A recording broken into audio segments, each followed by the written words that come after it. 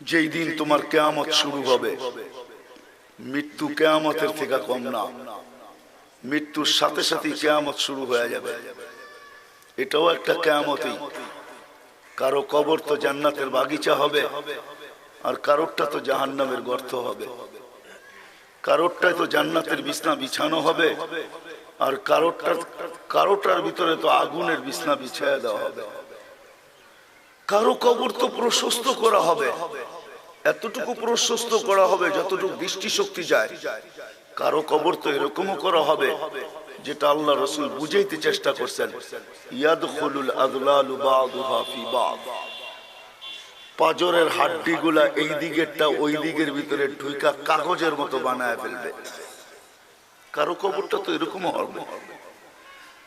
কারো কবরে তো জান্নাতের সুঘ্রাণও আসবে, ঠান্ডা বাতাসও আসবে, আর কারো কবরে তো জাহান্নামের গরমও আসবে, আর জাহান্নামের ধোঁয়াও আসবে, আর জাহান্নামের দুর্গন্ধও আসবে।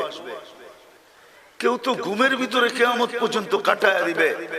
ফেরেশতা বলবেন নাম কানাউমাতিল আরুস, নতুন দুলার মতো ঘুমায়া যাও। সে তো কিয়ামতের সকাল পর্যন্ত একটানা ঘুমাবে। আর কারো তো ঘুম আসবেই না, কেননা ঘুমানোর কোনো সুযোগই নাই। ফেরেশতা তো বলবে এই কথাই, আলাইহি ইস্তা আলাইহি মুত্তা আলাইহি তুবাসু ইয়াউমাল কিয়ামা। যেটাকে কবি তার কবিতার শব্দের ভিতরে আবদ্ধ করছেন, জৈসি করনি এইসি বরনি, না মানো তো করকে দেখ, जन्नत भी है दोज़ख भी है, ना मानो तो मर के देख। সে তো কিয়ামত পর্যন্ত সজাগই কাটাবে, ঘুমানোর সুযোগ কোথায়? ঘুমানোর সুযোগটা কোথায়? বিদায় মৃত্যু লগ্ন থেকেই কিয়ামত।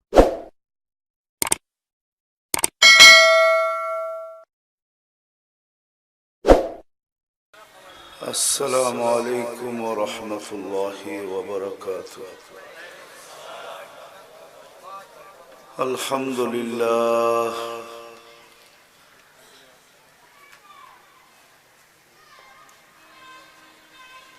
আলহামদুলিল্লাহি লা নুহসি সানাআন কামা হুয়া আসনা আলা নাফসি। আলহামদুলিল্লাহ কামা ইয়ানবাগি লিজালালি ওয়াজহি ওয়া আযীমি সুলতানি। আলহামদুলিল্লাহিল্লাযী লা ইলাহা ইল্লা হুয়াল হাইয়ুল কাইয়্যুম আলিয়্যুল আযীম লা তা'খুযুহু সিনাতুন ওয়া লা নাওম। والصلاة والسلام على حبيبنا المصطفى الذي بعثه إلى الجن والإنس بشيرا ونذيرا وداعيا إلى الله بإذنه وسراجا منيرا. أما بعد فأعوذ بالله من الشيطان الرجيم. بسم الله الرحمن الرحيم. فإذا نفخ في الصور فلا أنساب بينهم يومئذ ولا يتساءلون.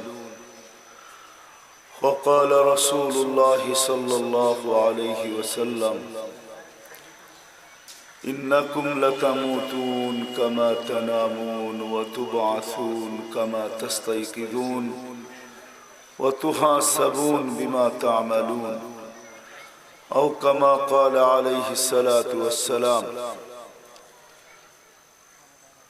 খত্র মাহফিলের সম্মানিত সভাপতি, উপস্থিত উলামায়ে কেরাম, দূর দূরান্ত থেকে আগত মুসলমান ভাইয়েরা, যেই পর্যন্ত লাউড স্পিকারের আওয়াজ পৌঁছতেছে পর্দার অন্তরালে মা ও বোনেরা, কোরআন হাদিস থেকে যতটুকুই তেলাওয়াত করলাম আশা রাখি একই সামনে রেখে কিছু কথা রাখবো, সাথে সাথে দোয়ার দরখাস্ত। আল্লাহ আমাকে, আপনাদেরকে, সমগ্র মুসলমানকে সঠিক জিনিসের উপরে আমল করার তৌফিক দান করেন।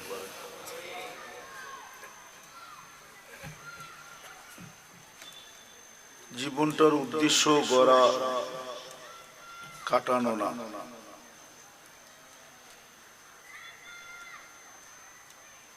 যদি কাটানো হতো তাহলে আল্লাহ জাল্লে জালালুহু আম্মা নওয়ালুহু মানুষকে এমন ভাবে পয়দাও করতেন না, মানুষের জন্য সমগ্র সৃষ্টিকে জলাঞ্জলিও দিতেন না। সমগ্র সৃষ্টিকে আল্লাহ হুকুম দিয়া তৈরি করছেন, 6 দিনে কমপ্লিট করছেন। মানুষকে হুকুম দিয়েও তৈরি করেন নাই, কুদরতি হাত দিয়া তৈরি করছেন।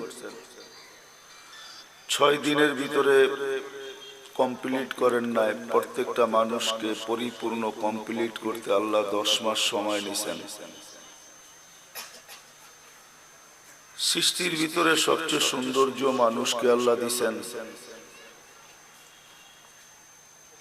যদিও নাকি কারো কারো রূপরেখা তার নিজের পছন্দ না, সে হয়তো আয়নার সামনে দাঁড়ায় এই কথা ভাবে যে আল্লাহ আমাকে যেরকম রং ওরকম রঙও দেন নাই, যেরকম ঢং এরকম ঢংও দেন নাই, কিন্তু তারপরেও সে সৃষ্টির ভিতরে সবচেয়ে সুন্দর। এটি বানানেওয়ালা আল্লাহর ঘোষণা। আল্লাহ কোরআনে এটি আমাদেরকে বুঝাইতে চাইতেছেন যে তুমি সৃষ্টির ভিতরে সবচেয়ে সুন্দর। আবার সৃষ্টির ভিতরে আল্লাহ শ্রেষ্ঠত্বের মুকুটও আমাদের মাথায় পড়াইছেন। ওয়ালাকাদ কাররামনা বনি আদম, আল্লাহ ঘোষণা দিয়েছেন সৃষ্টির ভিতরে তুমি সবচেয়ে উত্তম, তোমার চেয়ে উত্তম কোন ফেরেশতাও না। দুনিয়াও আল্লাহ আমাদের জন্য তৈরি করছেন, ঘোষণা দিয়েছেন আর দুনিয়া খুলিকনা লাকুম, দুনিয়ার যত নেয়ামত সুন্দর রূপে এটা মানুষই ব্যবহার করে। সমগ্র সৃষ্টি মানুষের অধীন, এমনকি ফেরেশতা পর্যন্ত মানুষের সেবায় নিয়োজিত। আরো গণাইতে গেলে দীর্ঘ সময় পার হয়ে যাবে। তো আল্লাহ একটা ছোট্ট কথা দিয়ে মানুষকে বুঝাইছেন যে মানুষ, তোমাকে আমি এত নেয়ামত দিছি, যদি গণতে যাও তাহলে তোমার এই 60-70 বছরের জীবনটা যথেষ্ট হবে না, এই দুনিয়ার জীবনটাও যথেষ্ট হবে না। এত নেয়ামত আল্লাহ মানুষকে দিছেন শুধু মানুষের জন্য। বিধায় ভাবা উচিত যে মানুষটার জন্য আল্লাহ ফেরেশতাদেরকে পর্যন্ত সেবায় নিয়োজিত করলো, সমগ্র নেয়ামত মানুষের জন্য সৃষ্টি হইল, সব নেয়ামত মানুষের জন্য তৈরি করলেন, ওই মানুষটার জীবনটা কাটানোর জন্য হতে পারে না। এটা এই দামি বিবেকটা দিয়া বোঝা যায়। আল্লাহ যে বিবেকটা দিছেন, ব্রেনটা দিছেন, বুদ্ধিটা দিছেন, আল্লাহ কোন জাতিকে কোন মখলুককে শিখান না। যদি শিখায়ও থাকেন অতি সীমিত শিখাইছেন। এই জন্য কিতাবে পাওয়া যায় যেই ফেরেশতা সুবহানাল্লাহ বলতে জানে, যাকে আল্লাহ সুবহানাল্লাহ শিখাইছেন, সে আলহামদুলিল্লাহ জানে না। যে আলহামদুলিল্লাহ জানে সে আল্লাহু আকবার জানে না। যে আল্লাহু আকবার জানে সে আরেকটা জানে না। কিন্তু মানুষকে আল্লাহ হাতে কলমে শিক্ষা দিয়েছেন। আল্লামাল ইনসানা মা লাম ইয়ালাম, মানুষ জানা জানতেন তা আল্লাহ মানুষকে শিক্ষা দিয়েছেন। এটা আজকে মানুষের জ্ঞানের পরিধির দ্বারা বোঝা যায় যে আল্লাহ মানুষকে শিক্ষা দিয়েছে লোহা কিভাবে আকাশে উড়াইতে হয়, পানিতে কিভাবে বাসাইতে হয়, তার বিহীন কিভাবে কথা বলতে হয়, এক জায়গার ছবি আরেক জায়গায় কিভাবে পৌঁছাইতে হয়, যেটাকে ভিডিও কল বলে। আল্লাহ কিন্তু মানুষকে শিক্ষা দিয়েছেন। শুধু দিছেন এতটুকু না, প্রতিদিন দিতেছেন। প্রতিদিন আল্লাহ মানুষকে শিক্ষা দিতেছেন। এই জন্য প্রতিটা দিন যায় নতুন নতুন আবিষ্কার মানুষের সামনে আসতেছে। এটা বলতে পারেন আপনি, যেটাকে আমাদের কোরআন হাদিসের ভাষায় বলে এলহাম। আল্লাহ কিন্তু কিছু মানুষের ব্রেনের ভিতরে প্রতিনিয়ত কিছু না কিছু আবিষ্কারের জিনিসকে ঢালতেছে, আর সে তার ব্রেনকে খাটায়া ওই নতুন জিনিসকে আবিষ্কার করতেছে। বিদায় ওই মানুষটার বোঝা উচিত, যদিও কোরআনের চিৎকার আছে যে আফাহাসিবতুম আন্নামা খালাকনাকুম আবাস, তোমাদের ধারণা কি মানুষের সামনে আল্লাহ বিচার বলতে পারেন? মানুষের সামনে আল্লাহ আবেদন বলতে পারেন? যে মানুষের কাছেই আল্লাহ বিচার দাবি করছেন যে তোমাদের ধারণা কি? তোমার মতো একটা মানুষকে কি আমি অনর্থক সৃষ্টি করছি? এটা কিন্তু আল্লাহর একটা বিচার। আমাদের সামনে আল্লাহ বিরাট বড় একটা আবেদন রাখছেন, বিচার রাখছেন যে তোমার বিবেক দিয়ে তুমি বিচার করো, তোমার মতো একটা মানুষকে কি আমি অনর্থক সৃষ্টি করছি? তাহলে আমার কথা যেটা আমি শুরু করছিলাম, যে এই ছোট্ট জীবনটা কিন্তু কাটানোর জন্য না, এই ছোট্ট জীবনটা গড়ার জন্য। এটার পিছনেই এতগুলা প্রমাণ। আল্লাহ বলতেছেন যে তোমাকে আমি অনর্থক সৃষ্টি করি নাই, তোমাকে যে জীবনটা দিছি আমি কিন্তু আপনাদেরকে বুঝাইতেই চেষ্টা করব অল্প সময়ের ভিতরে। এই ছোট্ট জীবনটা আল্লাহ কাটাইতে দেন নাই, এই ছোট্ট জীবনটাকে আল্লাহ গোড়া যেতে দিছেন। এই জন্যই আল্লাহ মানুষের সামনে তুলে ধরছেন সর্বশ্রেণীর মানুষের কাছে, শুধু 3 শ্রেণীর মানুষ ব্যতীত, যাকে আল্লাহ পাগল বানাইছেন তার সামনে আল্লাহর কোনো চাওয়া পাওয়া নাই। দ্বিতীয়, আল্লাহ যাকে ঘুমন্ত রাখছেন তার কাছেও আল্লাহর কোনো চাওয়া পাওয়া নাই। ঘুমন্ত ব্যক্তির কাছে আল্লাহর কোনো চাওয়া পাওয়া নাই। তৃতীয়, যেই ব্যক্তিকে আল্লাহ, যাকে আল্লাহ এখনো প্রাপ্ত বয়স্ক করেন নাই, বাচ্চা, তার কাছেও কিন্তু আল্লাহর কোনো চাওয়া পাওয়া নাই। এই 3 সম্প্রদায়ের থেকে কলম উঠানো বাকি মানুষকে আল্লাহ বুঝাইতে চেষ্টা করতেছেন, মানুষ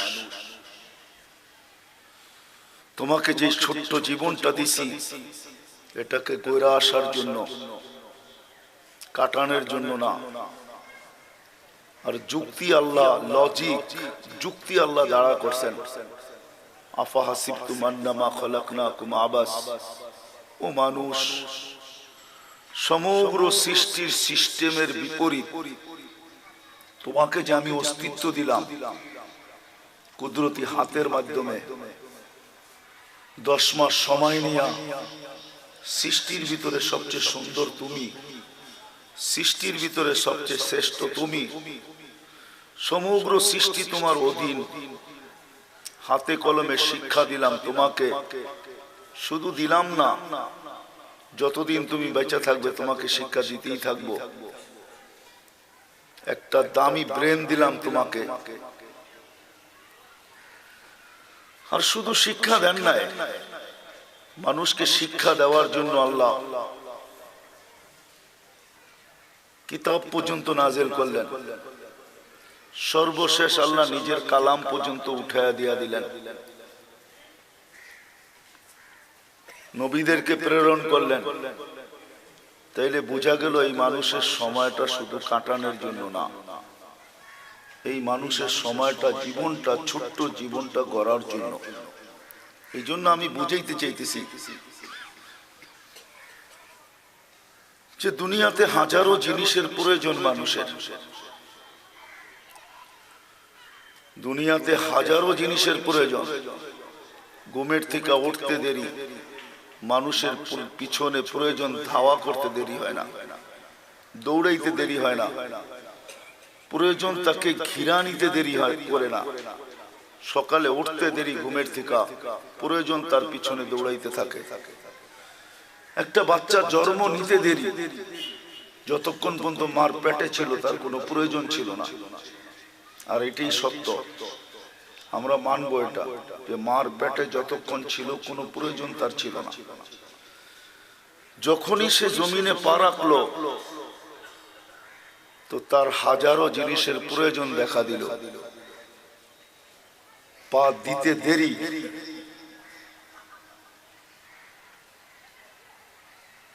তার প্রয়োজন তার পিছে দৌড়াইতে শুরু করে না, দেরি করে না, প্রয়োজন তার পিছনে দৌড়াইতে থাকে। এটা তো হলো একদিক, যে দুনিয়াতে আমাদের হাজারো জিনিসের প্রয়োজন।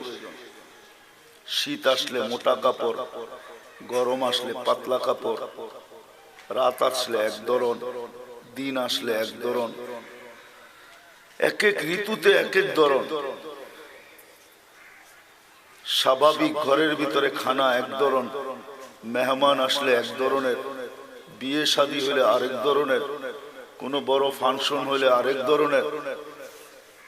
দুনিয়ায় তো হাজারো প্রয়োজন,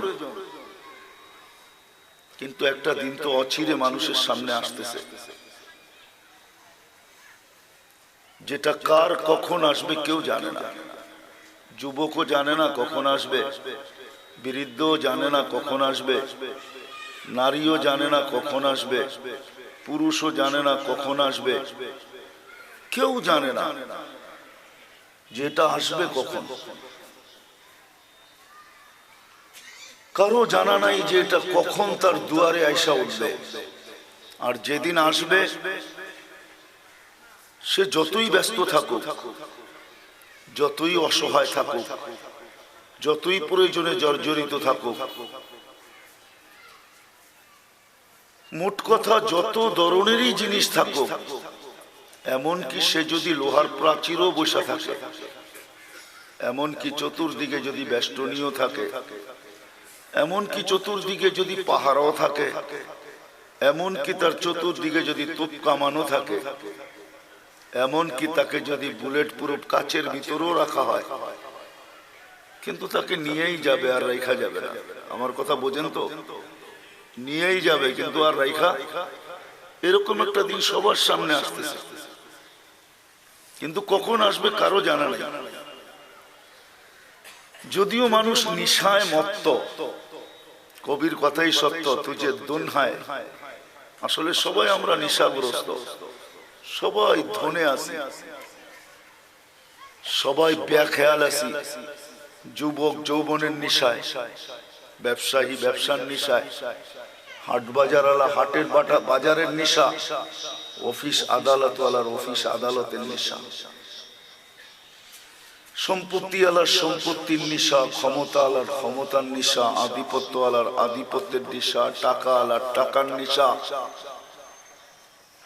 সবাই কিন্তু আমরা নিশায় বিভোর।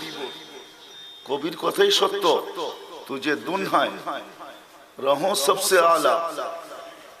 সবাই কিন্তু উপরে থাকতে চায়, সবাই উন্নত চায়, অনুন্নত কেউ চায় না। সবাই ভালো চায়, খারাপ কেউ চায় না। সবাই সুস্থতা চায়, অসুস্থতা কেউ চায় না। সবাই আরাম চায়, বেআরাম কেউ চায় না।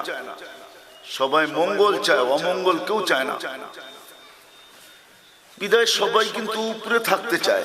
তুঝে দুনহাই কে রহো সবসে আলা, हो जीनत निराली हो फैशन निराला, यूं ही जिया करता है क्या मरने वाला। যার সামনে মউত আছে, যেই মউত ফেরেশতাদেরকে পর্যন্ত কাঁপায়া দিছে, কাঁপায়া। যখন ফেরেশতারা আল্লাহকে প্রশ্ন করছিলেন, আল্লাহ এত কেন বানাইলেন, লামিয়া সাইদ দুনিয়া, এত কেন বানাইলেন, দুনিয়ায় তো জায়গা নিবে না। তো ফেরেশতাদেরকে আল্লাহ উত্তর দিছিলেন, জাআলতু লাহুমুল মাউতা, এদের জন্য মউত অবধারিত। শুনতে দেরি, ফেরেশতা কাঁপতে দেরি হয় নাই, সব কাঁপা উঠছে, সব চিৎকার দিয়ে উঠছে। তাদের দ্বিতীয় কথা ছিল লামিয়া ইশফিদ দুনিয়া, আল্লাহ মউত মৌত অবধারিত, তো দুনিয়ার মজা তো এরা পাবে না, দুনিয়ায় বসবাস করতে পারবে না, পাঠায় লাভটা কি হবে? এই জন্য আরেকটা হাদিস আছে, আল্লাহর রাসূল আমাদেরকে সম্বোধন করে বলতেছেন, লাউ ইয়ালামুল বাহাইমু মা তা'লামুনা মিনাল মাউত, মৃত্যু সম্বন্ধে তোমাদের যতটুকু ধারণা আছে, যদি চতুষ্পদ প্রাণীগুলার কুঠিভাগের এক ভাগও ধারণা থাকতো মৃত্যু সম্বন্ধে, মা আকালতু মিনহুম সামিনা, তো কারো গায়ে তোমরা গোশত পাইতে না। মুরগি গোশত ছাড়া, বকরি গোশত ছাড়া, মহিষ গোশত ছাড়া। ও চিটাঙ্গের মানুষ, গরুর গোশত আপনাদের খুব পছন্দ, ঠিক না? যত গরু চিটাঙ্গে জব হয় সারা বাংলাদেশে হয় কিনা সন্দেহ আছে। তা আল্লাহর রাসূল বলেন তোমাদেরকে হাড্ডি খাইতে হইতো, কোনো গোশত পাইতে না। ফেরেশতারা কাইপা গেছে মৃত্যুর কথা শুনা। তা আল্লাহ প্রতি উত্তর দিছেন যে তোমরা চিন্তা করো না, কান্নার কোনো কারণ নাই, আশ্চর্য হওয়ার কোনো কারণ নাই, চক্ষু কপালে উঠানোর কোনো কারণ নাই।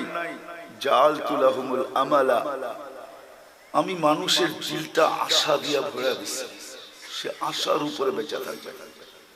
আজকে কিন্তু আমরা আশার উপরই বেঁচে আছি। এই জন্য আমি বুঝাইতে চাইতেছি, প্রথম জিনিস তো হলো যে হাজারো জিনিসের আমাদের প্রয়োজন, কিন্তু একটা দিন আসতেছে যেটাকে মৃত্যু বলে, কার দুয়ারে কখন আসবে কেউ জানে না। এটি আল্লাহ ফেরেশতাদের উত্তরে বলছিলেন যে আসবে আর যাবে, জাগার অভাব হবে না, তোমাদের চিন্তা করতে হবে না, জাগার অভাব হবে না। আসবে আর যাবে, আসার সিরিয়াল, যাওয়ার কোনো সিরিয়াল নেই। তো আল্লাহ যুবকদেরকে আলাদা করে বলছেন, শাবাব লা ইয়াক্তারুকা শাবাবুকা, সমস্ত মানুষকে, সমস্ত পেশাজীবীকে, সমস্ত ভাষা, সমস্ত বর্ণ, সমস্ত পেশা, সমস্ত যোগ্যতা, সমস্ত বংশ গোষ্ঠী, সমগ্র দেশের মানুষকে আল্লাহ সম্বোধন করে বলছেন, লা তাফরাহ বিদুনিয়াইকা, দুনিয়ার উন্নতি, দুনিয়ার চাকচিক্য, দুনিয়ার মোহ, দুনিয়ার মায়া, দুনিয়ার মমতা, দুনিয়ার ভালোবাসা, দুনিয়ার সিম্পেথি, দুনিয়ার সম্পর্ক তোমাকে যেন মাতাল না করে, কেননা তুমি চিরঞ্জীব না। যুবকদেরকে আলাদা করছেন আল্লাহ, শাবাব। বোঝা গেল সমগ্র মানুষের জীবনের ধারা একটা, যুবকদের জীবনের ধারা আরেকটা।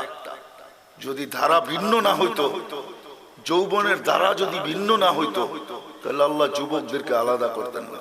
ইয়া শাবাব লা ইয়াক্তারুকা শাবাবুকা, যুবক যৌবন যেন তোমাকে ধোঁকা না দেয়, কেননা তোমার যৌবনও ধোঁকার জিনিস। যেই কোনো মুহূর্ত তোমাকে ধোঁকার শিকার করতে পারে, তোমাকে মাতাল করতে পারে, তোমাকে সঠিক রাস্তার থেকে দূরে সরাইয়া দিতে পারে। বিদায় আল্লাহ আলাদাভাবে যুবকদেরকে সতর্ক করছে, শাবাব লা ইয়াক্তারুকা শাবাবুকা, যুবক যৌবন যেন তোমাকে ধোঁকা না দেয়, তোমাকে পদচ্যুত না করে, তোমাকে রাস্তার থেকে সরায় না দেয়, তোমাকে উদাসীন না করে, তোমাকে নেশাগ্রস্ত না করে, তোমাকে মাতাল না করে, তোমাকে পাগল না বানায় দেয়। কাম মিন শাব সাবাকাকা ইলাল মাউত, কত যুবককে তো আমরা যৌবন অবস্থায় কবরের কোলে শোয়ায় দিছি। বিদায় আমি প্রথম জায়গার কাছে চলে আসছি। দুনিয়াতে হাজারো জিনিসের প্রয়োজন, কিন্তু আমাদের ভাবতে হবে মরার পরে কি প্রয়োজন।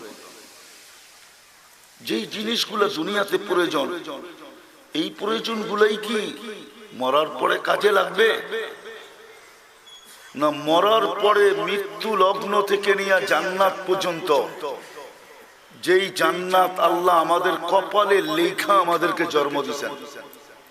আমরা মুসলমানের ঘরে জন্ম নিছি, আমরা বুকে হাত দিয়ে এটা বলতে পারি যে আল্লাহ জান্নাত আমাদের কপালে লেখা আমাদেরকে জন্ম দিয়েছেন। আল্লাহ আমাদের জান্নাত চান। মান ইউরিদিল্লাহু আন ইয়াহদিয়াহু ইয়াশরাহ সাদরাহু লিল ইসলাম, কোরআনের এই আয়াত এটাই বুঝাইতে চাইতেছে যে আল্লাহ কিন্তু আমাদের মঙ্গল চায়া নিছেন, আল্লাহ আমাদের মঙ্গলের আগ্রহী, আমার মা বাবার ঘরে পাঠাইছেন। আমরা কেউ বলতে পারবো না যে নিজ ইচ্ছায় আসছি, না, আল্লাহ সৎ ইচ্ছায় মুসলমান মা বাবার ঘরে পাঠাইছেন। বিদায় আল্লাহ কিন্তু আমাদের জান্নাত চান। ওই জান্নাতে যাওয়ার জন্য কোন জিনিসের প্রয়োজন? এটা হলো একটা পার্ট। দ্বিতীয় পার্ট যেটা আমি বুঝাইতে চাইতেছি, দ্বিতীয় জিনিস যেটা বুঝাইতে চাইতেছি, দুনিয়ায় হাজারো পরিচয় চলে, কারো ব্যক্তিগত পরিচয় চলে, কারো সম্পর্কগত পরিচয় চলে, কারো শিক্ষাগত পরিচয় চলে, কারো পেশাগত পরিচয় চলে, কারো বংশগত পরিচয় চলে, কারো সোসাইটিগত পরিচয় চলে, কারো বর্ণগত পরিচয় চলে, কারো ভাষাগত পরিচয় চলে, কারো বর্ণগত পরিচয় চলে, কারো যোগ্যতাগত পরিচয় চলে। দুনিয়া যে হাজারো পরিচয় চলে, কিন্তু আর হাজারো পরিচয় আমরা দুনিয়াতে ব্যবহার করি, হাজারো পরিচয় কিন্তু আমরা ব্যবহার করি দুনিয়াতে। আর এটা কি বহন করি? হাজারো পরিচয় কিন্তু আমাদের লেখা হয়, হাজারো পরিচয় কিন্তু আমাদের লেখা হয়। আপনি ডাক্তার দেখবেন, তারও কিন্তু পরিচয় লিখতে হয়, ঠিক না? কি খালি নাম লেখা দিলে তো হবে না, আগে ডাক্তারও লিখতে হবে, নিচে পরিচয় লিখতে হবে। কিন্তু আমি প্রশ্নের জায়গায় চলে আসছি, দ্বিতীয় যেটা, একটা দিন আসতেছে, কিয়ামত বলেন, মৃত্যু বলেন, হাসরের মাঠ বলেন, হিসাব আর কিতাব বলেন, যেটাই বলেন আপনি, একটা দিন অচিরেই আমাদের সামনে আসতেছে,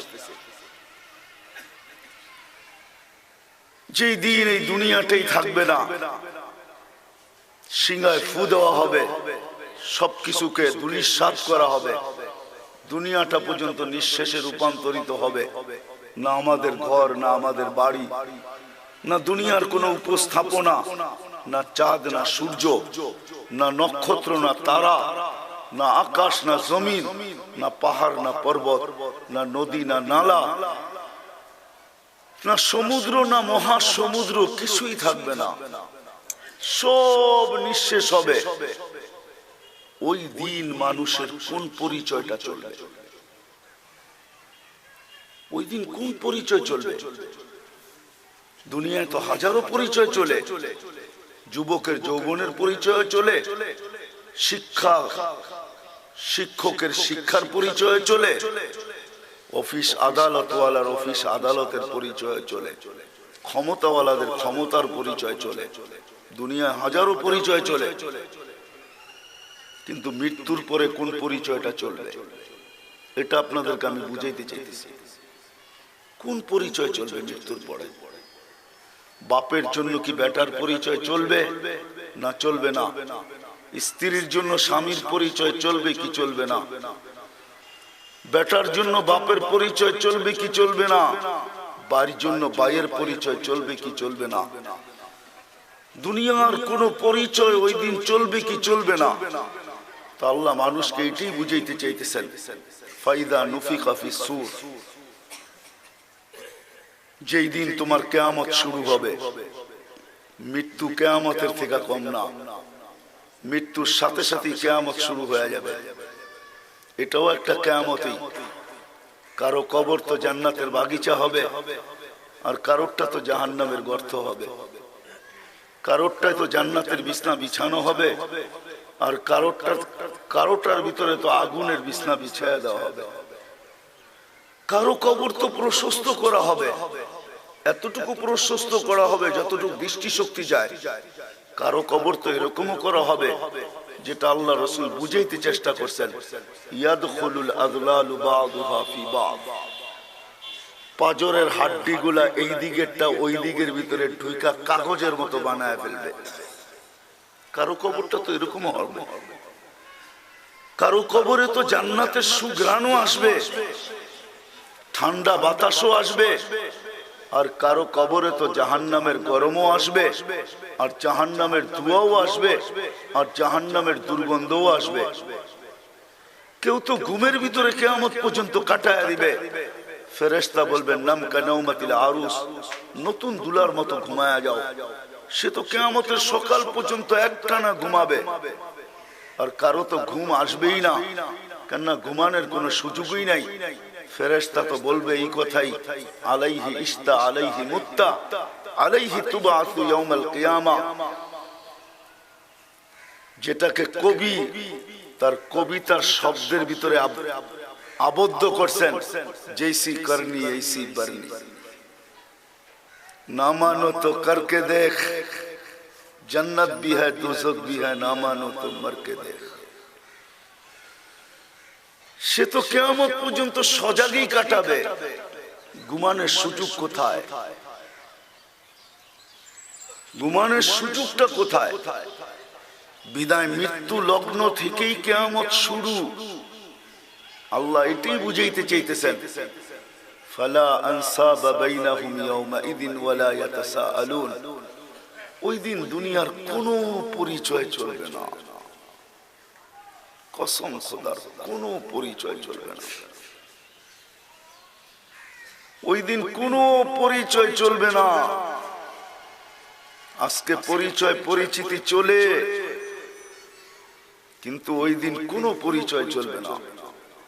ওয়ালা ইয়াতাসাআলুন, কেউ কাউকে জিজ্ঞাসা করার সুযোগ পাবে না, কেউ কারো দিকে তাকানোরই সুযোগ পাবে না।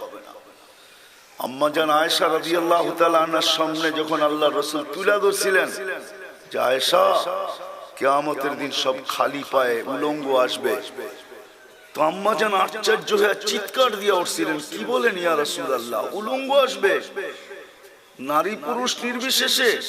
তো আল্লাহর রাসূল বলছে হ্যাঁ। বলছে ইয়া রাসূলুল্লাহ, যদি সবাই উলঙ্গ আসে তাহলে এটা কেমন হবে? কেউ কারো দিকে তাকাবে না, নারী পুরুষের দিকে তাকাবে, পুরুষ নারীর দিকে তাকাবে।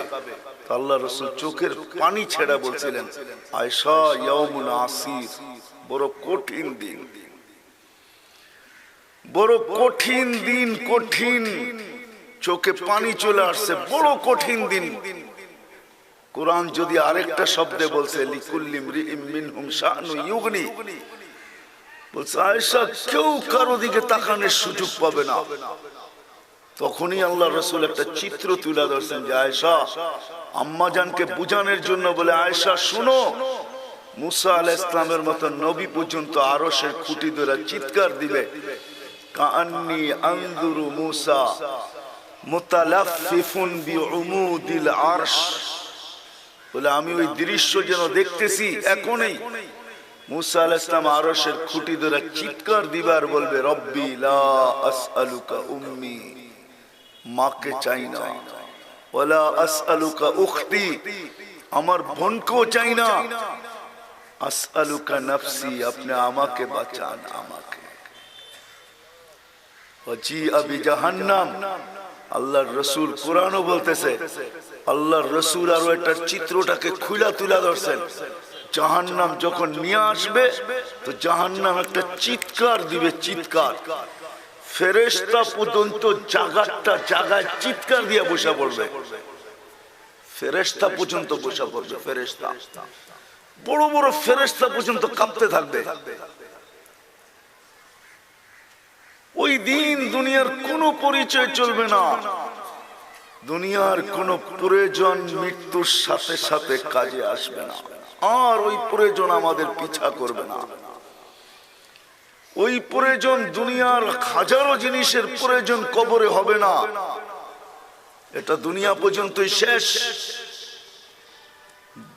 মৃত্যুর সাথে সাথে কোনো পরিচয় চলবে না। আল্লাহর রাসূল কিন্তু ১৬ লক্ষ সাহাবায়ে কেরামকে এটাই বুঝাইছেন। সাহাবারা বুঝছেন, বুঝার কারণেই সমগ্র ক্ষমতা থাকা সত্ত্বেও আল্লাহ যাদের হাতে ভান্ডার তুলে দিয়েছেন, ভান্ডার, আপনাদেরকে আমি বুঝাইতে চাইতেছি, সৃষ্টির ভান্ডারটা যেন তাদের হাতের মুঠায় ছিল, মুঠায়। যদি মুঠায় না থাকতো তাহলে আলী রাদিয়াল্লাহু তাআলা আনহু সূর্যকে হ্যাক করতে পারতেন না। হ্যাক বোঝেন তো? হ্যাক বোঝেন? আইডি হ্যাক করে না, যুবকরা ভালো বুঝবে, আপনারা বুঝবেন না বুড়ারা। এটা বুড়াগো ওয়ার্ড, কোড ওয়ার্ড না। জায়গাটা জায়গায় থামায় দিছে সূর্যকে। অথচ জিজ্ঞাসা করেন বিজ্ঞানকে, সূর্য সেকেন্ডে বা ঘন্টায় কত হাজার কত লক্ষ কিলোমিটার বেগে দৌড়াইতেছে। আঙ্গুলের ইশারা করতে দেরি, এটা থামতে দেরি হয়। আমাদের জমিনটা ঘন্টায় 66,000 মাইল বেগে দৌড়াইতেছে সূর্যের পিছনে। সূর্য এর চেয়েও কয়েক লক্ষ কয়েক হাজার গুণ বেশি দ্রুত গতিতে ভাগতেছে, দৌড়াইতেছে। কুল্লুন ফি ফালাকি ইয়াসবাহুন, সব সাঁতরাইতেছে, দৌড়াইতেছে। ওই সূর্যকে থামায়া দিছে, থাম। আল্লাহ সমগ্র সৃষ্টি ওনাদের হাতের মুঠায় করে দিছে, মুঠায়। নাইলে সমুদ্রের উপর দিয়া ঘোড়া দৌড়ানো কোনো সাধারণ ব্যাপার না। হ্যাঁ, ঘোড়ার পেটে চড়া সাঁতরানো যায়। এইখানে বহুত লোক আছে, বর্ষাকালে খাল পার হইছে গরুর পিঠে বৈশা, ঠিক না? ঠিক না? কি মনে আছে? মনে নেই? হ্যাঁ, কিন্তু আপনি পিঠে চূড়া পার হয়েছেন, গরু সাঁতরাইছে, আপনি ধরে রাখছেন লেঞ্জায়, পার হয়ে গেছে। সাহাবা এরকম করে নাই, ঘোড়ার পিঠে চূড়া পানির উপর দিয়া ছুটা গেছে, ছুটা দৌড়ায় পার হয়েছে। এখনো জায়গা রাখা আছে, আপনি যান। বাহরাইন যেদিক দিয়ে সাহাবা ইকরাম ঘোড়া নিয়ে গেছেন, ওই জায়গায় এখনো চিহ্ন লাগানো আছে, চিহ্ন। আপনিও দেখে আসেন যে এইখান দিয়ে 27 কিলোমিটার ঘোড়া দৌড়ায় পার হয়েছে। কি ধারণা আপনার? কি ধারণা যারা নদীর উপর দিয়ে ঘোড়া দৌড়াইতে পারে? কি ধারণা আপনার? আমি তমিমে দারি রাদিয়াল্লাহু তাআলা আনহুর কবর দেখছি লিবিয়া টিউনিসিয়ার বর্ডারে, কিন্তু আমার মনে একটা আকাঙ্ক্ষা ছিল, যদিও হাস্যকর, যে হায় তমিমে দারি রাদিয়াল্লাহু তাআলা আনহু, হায় তমিম, তুমি যদি হাত দুইটা দিয়া যাইতা তাহলে আমাদের ফায়ার সার্ভিসের দরকার হতো না। তোমার হাতের ইশারায় অগ্নিগিরি পাহাড়ে আবদ্ধ হইতে বাধ্য ছিল। তুমি যদি হাত দুইটা দিয়া দিতা তাহলে তোমার হাত যেখানে আগুন ওইখানে নিভতে বাধ্য, কেন তোমার হাতের ভিতরে তো এই কেরামতি ছিল যে তুমি অগ্নিগিরিকে হাত দিয়ে ইশারা করতেছ, দূরে থেকে ইশারা করতেছে, এর যে ওরা যা পিছে, তো আগুনও মাইনা বাচ্চার মতো পিছে যাইতেছে, পাহাড়ে আবদ্ধ করা। আবার হুকুম দিতেছে লা তাখরুজি ইলা ইয়াউমিল কিয়ামা, কিয়ামত পর্যন্ত বাহির হবে না, খবরদার, বাহির হইলে আমি উঠে আসবো। অথচ কবর লিবিয়ায়, পাহাড় মদিনায়, যেখান থেকে অগ্নিগিরি বাহির হয়েছে ওই পাহাড় মদিনায়, আর ওনার কবর কোথায়? কি লিবিয়া মদিনায় না? হ্যাঁ, লিবিয়া মদিনায় না? কোথায় লিবিয়া? আফ্রিকার একটা দেশ, কয়েক হাজার কিলোমিটার মদিনার থেকে দূরে। আর উনি পাহাড়কে বলা যাইতেছে কি লা তাখরুজি ইলা ইয়াউমিল কিয়ামা, কিয়ামত পর্যন্ত বাহির হবি না, খবরদার। যদি বাহির হইলি তাহলে আমি আবার ছুটে আসব।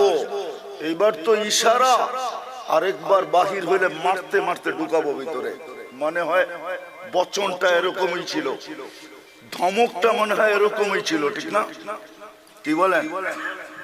আমি 6 বার গেছি সুদান, দরিয়ায় নীল 6 বারই যাওয়া হয়েছে, কেননা দরিয়ায় নীল জান্নাতের নদী। ইচ্ছা করেই গেছি যে মন ভরা পানি পান করব, আর আল্লাহর কাছে দোয়া করবো, আল্লাহ এই নদী তো জান্নাতের, ওই পানি তো পেটে গেল, জান্নাতের পানি পেটে গেলে তো আল্লাহ তুমি জাহান্নাম হারাম করে দাও, কেননা জান্নাতের পানি পেটে ঢুকায় ফেলছি। কিন্তু সাথে সাথে আমার একটা আকাঙ্ক্ষাও ছিল যে হায় ওমর রাদিয়াল্লাহু তাআলা আনহুর চিঠিটা যদি পাইতাম, তাইলে আমাদের পদ্মা মেঘনা যমুনার পানির আর কোনো সমস্যা হতো না, ঠিক না? হ্যাঁ, ছোট্ট একটা যারা চিঠি দিয়া পানি ছাড়াইতেছে, বর্তমান উন্নত জগৎ তো বলবে পাবনা নিয়ে যাও, ঠিক না? কি বলবে? পাবনা নিয়ে যাও, এ নদীর কাছে চিঠি লিখতেছে, ঠিক না? হ্যাঁ, কাহিনী লম্বা হয়ে যাবে। আমাদের এক ফিলিস্তিনের সাথী, তো সে মরুভূমিতে সময় লাগাইতেছে। বেদুইনরা মরুভূমিতে থাকে, তো মরুভূমিতে সময় লাগাইতেছে, আর ওইদিকে বেদুইনদের ওইদিকে মরুভূমিতে অনেক মশা, তো সে মশারি নিয়ে যায় না, তো চিঠি লিখছে মশার কাছে।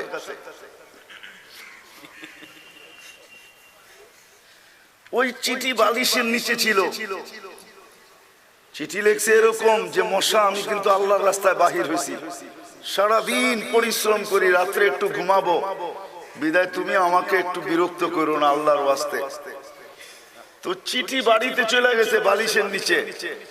তো ওর বউ ওই চিঠি দেখা বলতেছে, আনতুম আহলাত তাবলীগ কুল্লুহুম মাজানিন, তোমরা তাবলীগওয়ালারা সব পাগল, মশাকে চিঠি লিখতেছো, স্ত্রীকে কেন বললা না? তাইলে তো ওমর রাদিয়াল্লাহু তাআলা আনহুকে ওইটা বলা যায়, ইয়া আমিরুল মুমিনিন নাউযু বিল্লাহ আনতা মিনাল মাজানিন, আপনি সমুদ্রকে নদীকে চিঠি লিখতেছেন। পানি দিছে না দেয় নাই? হ্যাঁ, দিছে না দেয় নাই? হায়, পানি শুধু দেয় নাই, আগে যতটুকু দিত তার থেকে 6 ফিট বেশি দিছে, 6 ফিট। আজকেও ওই দিনে, ওই মুহূর্তে, ওই সময় যখন দরিয়ায় নীলের পানিটা 6 ফিট আগের থেকে 6 ফিট উঁচা হয়ে ওঠে, তখন সবাই ভাবতে থাকে 2 কুল মনে হয় সব প্লাবিত করে ফেলবে, কিন্তু উঠা আগের দিকে দাওয়া হতে থাকে, 4500 কিলোমিটার পর্যন্ত ভরা যায়, 1 ইঞ্চি পানি 2 দিকের বাহিরে যায় না। আজকেও সাহাবায়ে কেরাম বুঝছিলেন, আল্লাহর রাসূল বুঝাইছিলেন, আল্লাহর রাসূল বুঝাইছিলেন, যার কারণে যাদের হাতের মুঠায় সবকিছু ছিল, সব পুরা ভান্ডার যাদেরকে আল্লাহ তুলা দিয়া দিয়েছিলেন, যদি তুলা না দিতেন তাহলে মেঘকে ডাইকা কি করে বৃষ্টি বর্ষণ করতেন? মেঘকে ডাইকা বৃষ্টির বর্ষণ করতেছে, তারপরও শর্তের সাথে আমার জমিনের বাহিরে 1 ফোঁটা না, তুমি মাইপা মাইপা নামবে, আমার প্রয়োজনের চেয়ে 1 ফোঁটা বেশি না। হায়, কুরবান যাও আল্লাহর উপরে। ঠিক যেরকম কথা ওয়াদা, এরকম পুরা বর্ষণ শেষ, মেঘ জিজ্ঞাসা করতেছে এখন কি করব? তো সাহাবী বলতেছে, তুসির হাইসু তাশা, যেইখানে মনে চাই ওইখানে উড়া যাও, আমার প্রয়োজন শেষ। আমি আপনাদেরকে বুঝাইতে চাইতেছি, ওয়াজ তো অন্য কেউ করবে, আমি ওয়াজ করতে চাইতেছিলাম, আমি আপনাদেরকে বুঝাইতে চাইতেছি। দুনিয়ায় হাজারো জিনিসের প্রয়োজন, মৃত্যুর পরে কোন জিনিসের প্রয়োজন, এটা হলো প্রথম। দুনিয়ায় হাজারো পরিচয় চলে, মৃত্যুর পরে কোন পরিচয়টা চলবে, এটা হলো বুঝার বিষয়। এটাই বুঝাইতে চাইতেছি, দুনিয়ার কোন পরিচয় মৃত্যুর পরে চলবে না। ছেলের জন্য বাপের পরিচয় চলবে না, বাপের জন্য ছেলের পরিচয় চলবে না। যদি চলতো তাহলে ইব্রাহিম খলিলুল্লাহ, ইত্তাখাযাল্লাহু ইব্রাহিম খলিলা, খলিলের পরিচয় বাপের জন্য চলে যেত। উলুল আজমি মিনার রসুল আদমে সানি নূহ আলাইহিস সালামের পরিচয় ছেলের জন্য চলে যেত। স্ত্রীর জন্য যদি স্বামীর পরিচয় চলতো তাহলে নূহ আলাইহিস সালাম আর লূত আলাইহিস সালামের স্ত্রীর জন্য স্বামীর পরিচয় চলে যেত। বাতিজার পরিচয় যদি চাচার জন্য চলতো তাহলে আবু তালেবের জন্য মুহাম্মদুর রাসূলুল্লাহর পরিচয় চলতো। কারো পরিচয় যদি নাও চলতো তাইলে মুহাম্মদুর রাসূলুল্লাহ সাল্লাল্লাহু আলাইহি ওয়াসাল্লামের পরিচয় চলতো। ওই নবী এখনো আরশ তৈরি হয় নাই, কুরসি তৈরি হয় নাই, লৌহে মাহফুজ তৈরি হয় নাই, কলম তৈরি হয় নাই। জিবরিল, মিকাইল, ইসরাফিল, মালাকুল মউত, হামিলিনে আরশ, আকাশ জমিন কোন সৃষ্টি তৈরি হয় নাই। তারও 1000 বছর আগে যার নবুয়তের ঘোষণা দিতেছেন আল্লাহ কসম খায়া, আল্লাহর রাসূলের 10টা নাম, 10টা নামের ভিতরে একটা নাম হলো ইয়াসিন, যেটা আল্লাহ নিজে রাখছেন। আল্লাহ সমগ্র সৃষ্টির 1000 বছর আগে সূরা ইয়াসিন নিজে পড়ছেন আর পুরা ডাক দিছেন ইয়াসিন। ও আমার হাবিব, ও আমার বন্ধু, ও ইয়াসিন, আল কোরআনিল হাকিম, কোরআনে হাকিমের কসম, ইন্নাকা লামিনাল মুরসালিন, আপনাকে আমি নবী বানায় প্রেরণ করছি। আমি তো বলি উলামায়ে কেরাম স্বীকৃতি দিবে, এবারতে এরকমই মনে হয় যেন ওই সময়ও আল্লাহর রাসূল সামনেই বসা ছিল, নাইলে ইন্নাকা কেন বলবে, ইন্নাকা লামিনাল মুরসালিন। নবীজি ইন্নাকা, বন্ধু ইন্নাকা, আরবি যারা বোঝে তারা বুঝবে, ইন্নাকা নিঃসন্দেহে আপনি, মনে হয় সামনেই বসায় রাখছিলেন, পাশে বসায় তো আমাদেরকে পড়ে দেখাইছেন কবা কাউসাইনি ওয়া আদনা, মনে হয় সমগ্র সৃষ্টির আগেই বন্ধুকে পাশে বসায় রাখছেন, আমাদেরকে দেখাইছেন পড়ে। ওই নবীটাই চলতো। যখন ওই নবীটা চলে নাই, সাহাবা এই জন্যই বুঝছেন যে না, দুনিয়ার কোনো সম্পর্ক চলবে না, মক্কাওয়ালাদের মক্কার সম্পর্ক চলবে না, কাবাওয়ালাদের কাবার সম্পর্ক চলবে না, কুরাইশিওয়ালাদের কুরাইশির সম্পর্ক চলবে না, দুনিয়ার কোনো সম্পর্ক ওইখানে চলবে না। বিদায় সাহাবা বুঝছিলেন, যুবক হইলেও বুঝছিলেন, বাচ্চা হইলেও বুঝছেন, নারী পুরুষ নির্বিশেষে সবারই বুঝছিল। যদি বুঝ ভিতরে না আইসা থাকতো, আমি আপনাদেরকে চোখে দেখা বলতেছি, ওসমান রাদিয়াল্লাহু তাআলা আনহুর একমাত্র কলিজার টুকরা, কমরু আইল্যান্ডের বাদশা যখন ওসমান রাদিয়াল্লাহু তাআলা আনহুর জামানায় মদিনা মুনাওয়ারায় যান আর ইসলাম গ্রহণ করেন, সে একটা জামাত চাইছিল, বলছে আমার দেশে নিয়ে যাব, আমার দেশের মানুষ, আমি একা যায় বললে হয়তো বিশ্বাস নাও করতে পারে, বিধায় আমার সাথে জামাত দেওয়া হোক। তিনি জামাত নিয়ে যাইতেছেন, কিন্তু এর শর্ত ছিল ওই জামাতের ভিতরে আহলে বাইত থাকতে হবে। এখন কার কলিজার টুকরা উঠাইয়া দিবেন উনি? হাসান হুসাইন? না না না না, উনি তো উনার কলিজার টুকরা মুহাম্মদ ইবনে উসমান ইবনে আফফানকে উঠাইয়া দিয়া দিয়েছেন, 13 বছরের বাচ্চা, একে নিয়ে যাও। বুঝের জন্য বলতেছি, আমি নিজেই কবর দেখছি কমরু আইল্যান্ডে, মুহাম্মদ ইবনে উসমান ইবনে আফফান, উসমান রাদিয়াল্লাহু তাআলা আনহুর কলিজার টুকরা। আপনি বলবেন বাপ কত বড় পাষাণ, 13 বছর ছেলেকে উঠায় দিয়া দেয়? না না, বাপ পাষাণ ছিল না। তাইলে তো আপনি আল্লাহর রাসূল নাউজুবিল্লাহ একেও পাষাণ বলবেন? হ্যাঁ, নিজে কাঁদতে কাঁদতে দাড়ি ভিজা, বুক ভিজা যাইতেছে। সবাই জিজ্ঞাসা করছেন কাঁদেন কেন? বলে জাফর ইবনে আবু তালেবকে পাঠাইতে হইতেছে মৌতার যুদ্ধে। বলছে তাইলে রাইখা দেন? বলে না, রাখার কোনো সুযোগ নাই। বলে তাইলে চোখের পানি জড়াইতেছেন কেন? বলে জাফর ইবনে আবু তালেব এখান থেকে ফিরে আসবে না, আমি কাঁদতেছি, 2টা ছোট ছোট বাচ্চা আছে তার, 3টা বাচ্চা আছে তার ছোট ছোট। যখন মৌতালারা ফিরে আসবে আর জাফর ফিরবে না, আর 3 ছেলে যখন আমাকে জড়ায় ধরে প্রশ্ন করবে আইনা আবুনা জাফর, আমাদের আব্বা জাফর কোথায়, তো আমি কি জবাব দিব? এই জন্য আমার চোখে পানি গড়ছেও। তাই মৌতালারা ফিরে আসছে, 3 ছেলে আসছে দৌড়ায় আল্লাহর রাসূলের কাছে। একজন সিনাকে পেটের সাথে লাগায়া, 2 জন 2 দিক থেকে ধইরা আল্লাহর রাসূলকে জিজ্ঞাসা করতেছে, ছোট ছোট বাচ্চা, জাদ্দুনা আইনা আবুনা জাফর, আমাদের আব্বা জাফর কোথায়? দুনিয়া দেখছে ওই দিন আল্লাহর রাসূল কাঁদতে কাঁদতে নিডাল হয়ে গেছে। তারপরে 3 ছেলেকে এমনি ধরে উঠায়া চুমু খায়া বলছে, আমি তোমাদের আব্বা, জাফর আর ফিরে আসবে না, জাফর আর ফিরে আসবে না। জর্ডানে যার কবর, বিকল্প রাস্তা ছিল না, কারণ মৌতের পরে কোনো পরিচয় চলবে না। দুনিয়ার কোনো প্রয়োজন ওইখানে পিছে দাওয়া করবে না, দুনিয়ার কোনো সম্পর্ক চলবে না। আল্লাহ এটাই বুঝাইতে চাইতেছে, ফালা আনসাবা বাইনাহুম ইয়াওমাইদিন ওয়ালা ইয়াতাসাআলুন।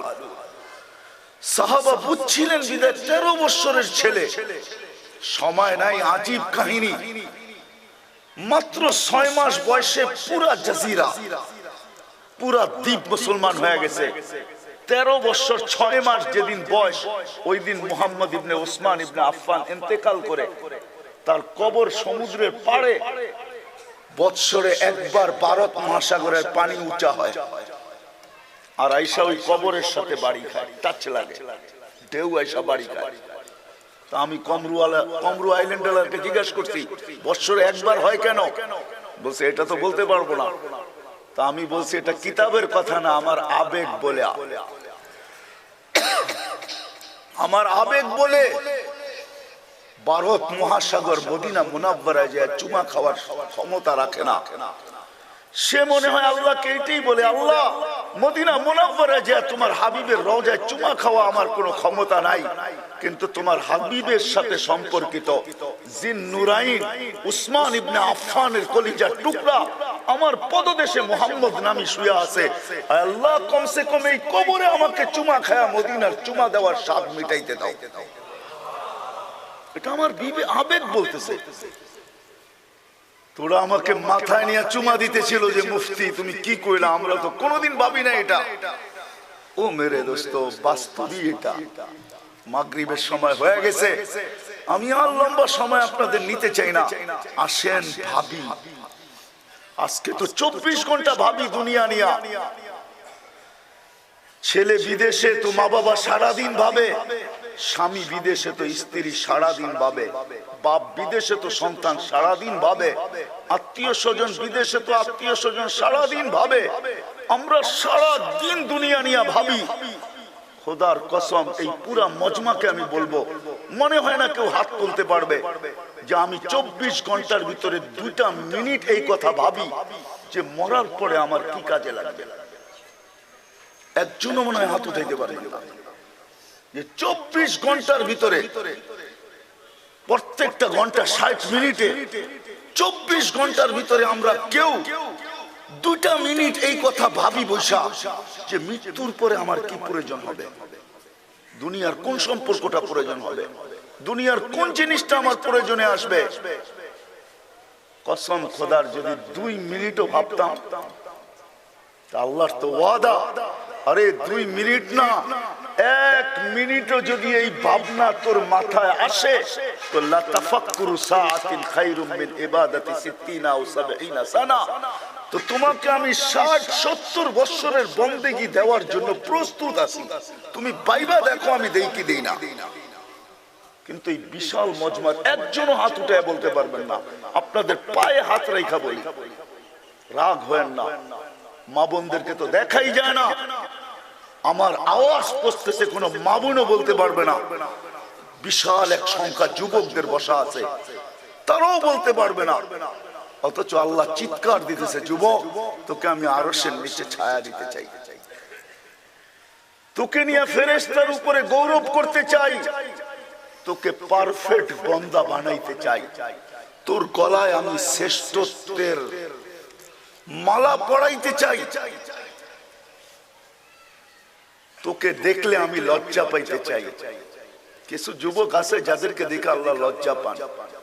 লাউলা ইয়া শাবাব, তারপরে আল্লাহ বলেন, যুবক তুই না থাকলে কবে আকাশ লোহার, কবে জমিন তামার, বৃষ্টির একটা ফোঁটা না, শস্যের একটা দানা না, আমি সারা দুনিয়াকে বহুত আগে ধ্বংস করে দিতাম। কিন্তু পারি না যুবক তোর দিকে চায়া লাউলা শাবাবা খুশা লাজালতু সামা হাদিদা ওয়াল আরদা সাফসাফা ওয়াত তুরাবা রামাদা ওমা আনজালতু মিনাস সামাই কাতরা ওমা আমবাতু মিনাল আরদি হাব্বা বাল আনজালতু আলাইকুমুল আযাবা সাব্বা। একের পরে আযাব দিয়ে ধ্বংস করে দিত। যুবকের কাছে সময় নাই যে এই কথাটা ভাববে যে মৃত্যুর পরে আমার কি প্রয়োজন হবে, কোন প্রয়োজনটা মৃত্যুর পরে আমাকে আমার পিছে ধাওয়া করবে, দৌড়াবে। এই জন্য আমি আপনাদের মাথার ভিতরে শুধু একটা চিন্তা ঢুকাইয়া দিতে চাইতেছি। জানি না আমার কথা আপনাদের বুঝে আসছে কি আসে না। আসেন সবাই মিলে আজকে ভাবতে চেষ্টা করি, ভাবি, চিন্তা করি, বসি, ভাবি। খোদার কসম, খোদার কসম, একটা কাহিনী আছে আমাদের ফাজাইলে সাদাকাতে, যে মদিনা মুনাওয়ারাতে হাদিস পড়ানো হইতেছে, কিন্তু এক যুবক দুই হাঁটুর ভিতরে মাথাটা ঢুকায়া দিয়ে দূরে বসে আছে।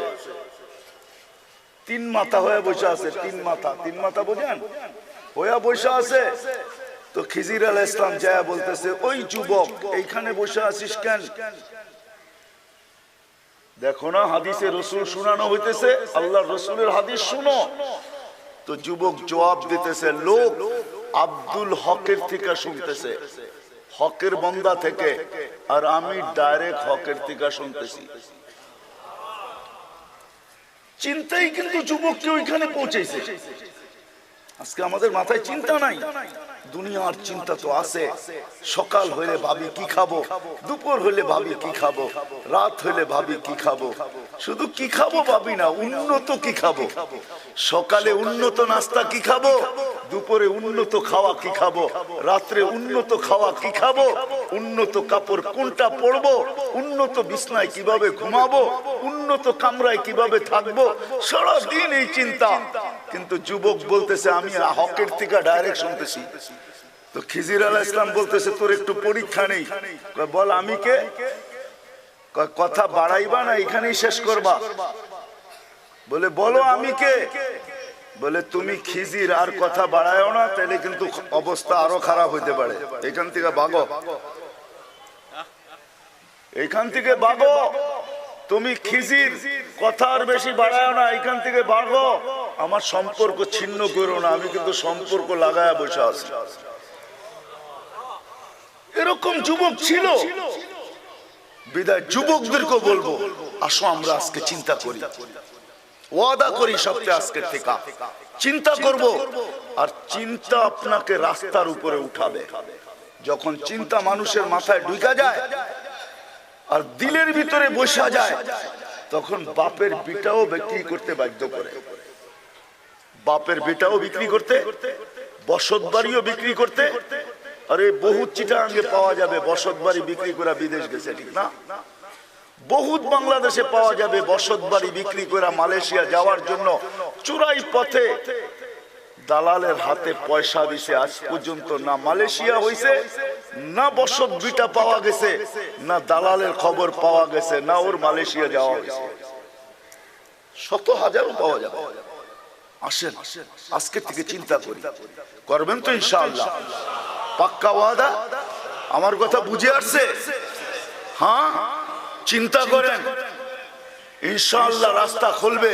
আর রাস্তা যদি নাও খুলে, ইনশাআল্লাহ হক্কানি উলামাদের দুয়ারে যান। শেষ পর্যন্ত চিন্তা আপনাকে হক্কানি উলামাদের দুয়ারে নিয়ে যাবে।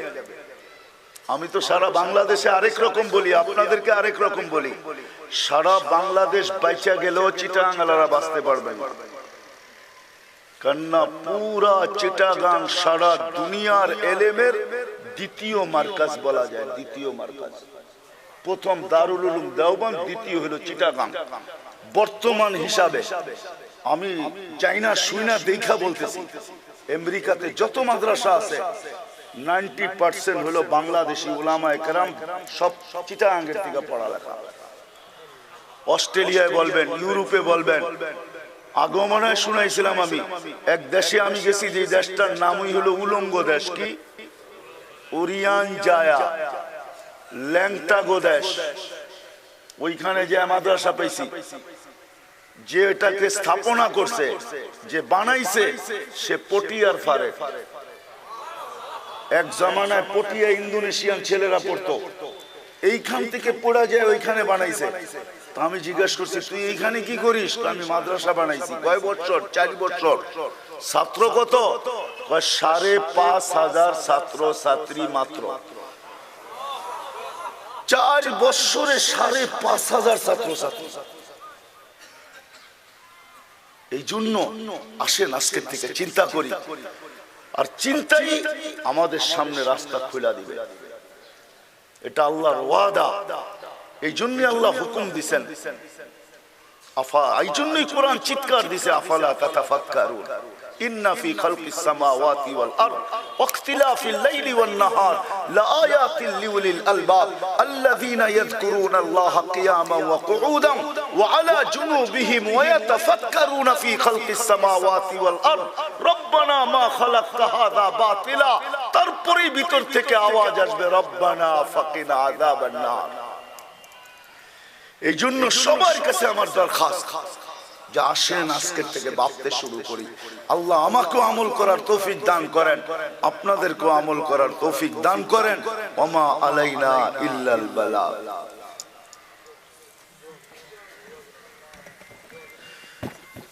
اللهم صل وسلم وبارك على حبيبك محمد صلاة وسلاما خالدا ما خلود دائما ما دوامك لا منتهى له دون علمك ولا منتهى له دون معصيتك।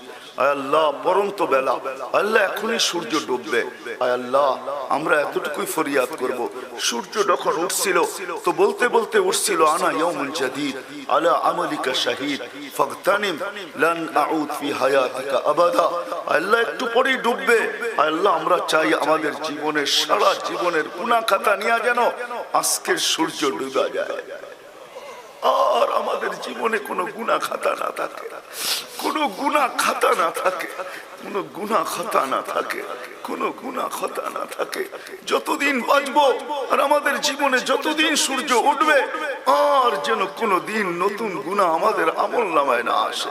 আল্লাহ এই মাহফিলকে কবুল করেন, যুবকদের আয়োজনকে কবুল করেন, মেহনতকে কবুল করেন, এদের সবকিছুকে কবুল করেন। এইটাকে পুরো এলাকার হেদায়েতের জরিয়া বানায় দেন। আল্লাহ, এই যুবকদেরকে আপনি মদিনার যুবকদের মতো বানায় দেন, যাদেরকে আপনি রসুলের হাতে তুলে দিয়েছিলেন। আল্লাহ রসুল সামনে বসায় বলছিলেন, নসিরতু বিশ-শাবাব। আল্লাহ মদিনার যুবকদেরকে দিয়ে আমাকে সাহায্য করছেন। আমরাও চাই আল্লাহ এই এলাকার যুবকদেরকে আপনি কবুল করেন, যুবকদেরকে কবুল করেন, মদিনার যুবকদের মতো বানায় দেন। মা বোনদেরকে ফাতেমা রাদিয়াল্লাহু তাআলা আনহার বেটির মতো বানায় দেন। আয় আল্লাহ, যা চাইতে পারলাম তাও দেন, যা চাইতে পারলাম না তাও দেন। ওয়া সাল্লাল্লাহু তাআলা আলা খায়রি খালকি মুহাম্মাদি ওয়া আলিহি ওয়া সাহবিহি আজমাইন বিরহমাতিকা ইয়া আরহামার রাহিমিন।